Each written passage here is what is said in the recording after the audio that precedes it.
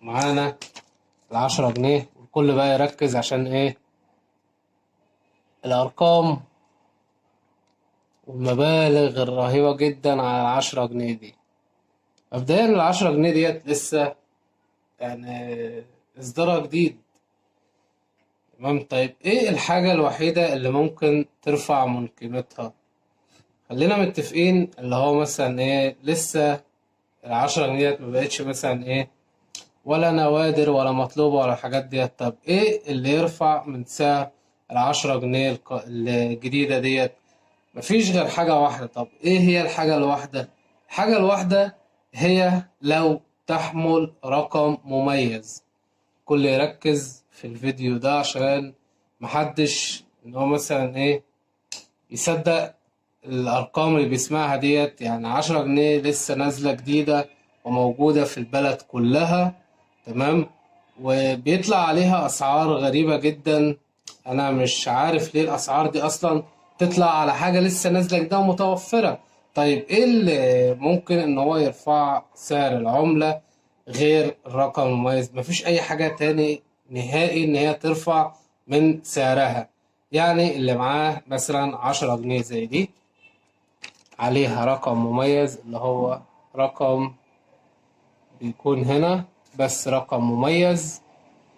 يعني ايه رقم مميز برضو عشان الناس تعرف؟ رقم مميز زي ما هتقرأه مثلا من هنا، تيجي تقرأه من هنا الاتنين يكونوا زي بعض، ده كده بتسمى رقم مميز. طيب غير كده ما تعملش اي حاجة غير ان هي 10 جنيه وخلاص. تمام، هي ال10 جنيه تصميمها شيك جدا، هي عملة بلاستيكية. تمام؟ يعني مثلا اللي معاه اللي هو الأرقام المميزة ديت وحابب إن هو يحتفظ بيها، يعني لو حطها في أي حتة يعني العملة مش هتتهان ولا تتقطع ولا أي حاجة نهائي.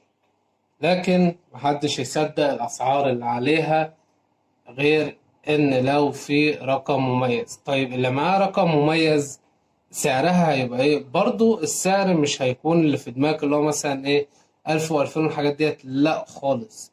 سعرها لما تكون حاملة إلى رقم مميز سعرها بيكون مثلا 30 40 50 جنيه، حسب اللي هو عايز يشتريها. يعني مثلا في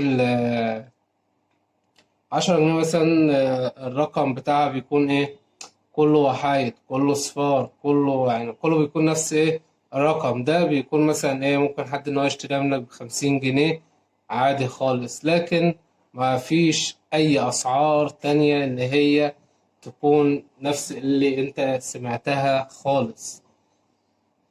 واضح كده؟ 10 جنيه مفيش أي حاجة بتميزها غير الرقم اللي هو السيريال بتاع اللي هو بيكون رقم مميز فقط لا غير. محدش بيقول لك معاه خطأ سك مش عارف الزيرو جاي قبل الصفر، الحاجات دي كلها ما يتصدقش الكلام ده كله. يعني اقنع نفسك الأول، حاجة لسه نازلة جديدة ازاي ان هي تعمل المبالغ ديت؟ مفيش الكلام ده خالص. الكلام عليها بيكون على الأرقام المميزة، ده اللي ممكن يرفع من سعرها.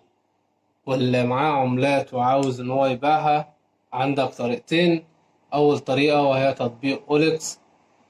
الطريقة التانية وهي جروبات الفيسبوك. في الحالتين هتصور العملات اللي معاك وش وظهر وتبدأ إنك تعمل الإعلان الخاص بيك. وأهم حاجة تحدد سعر البيع.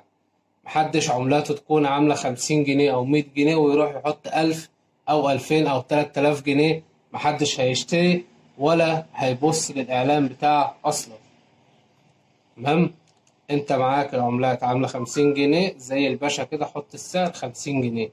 معاك عملاتك عاملة 100 ألف جنيه، حط ال100 ألف جنيه. تمام، وأهم حاجة برضو تسيب رقم للتواصل بحيث إن أي حد شاف الإعلان بتاعك وعايز إن هو يشتري هيتواصل معاك من خلال رقم تليفون. يا ريت اللي استفاد من الفيديو ما ينساش يدعمنا بلايك وسبسكرايب وتفعيل زر الجرس على الكل عشان يوصل لكم كل الفيديوهات الجديدة. وزي ما اتفقنا ال10 جنيه الجديدة